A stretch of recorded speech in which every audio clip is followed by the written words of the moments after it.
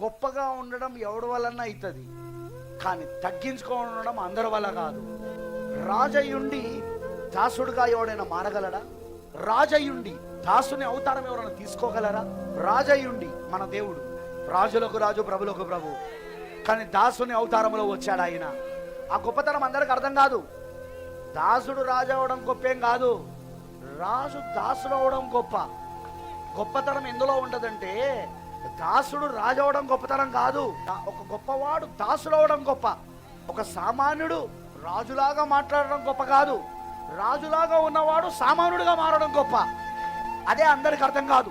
మన దేవుడు ఎందుకు గొప్పవాడంటే ఆయన రాజులకు రాజయ్యుండి, ఆయన ప్రభులకు ప్రభు ఉండి, ఆయన సృష్టికర్త అయ్యుండి, ఆయన తన సృష్టిని రక్షించడానికి, మనం ఎవరమైన సృష్టి, మన సృష్టి, ఆయన సృష్టి, మనం సృష్టిని రక్షించడానికి సృష్టిలో భాగమయ్యాడు ఆయన.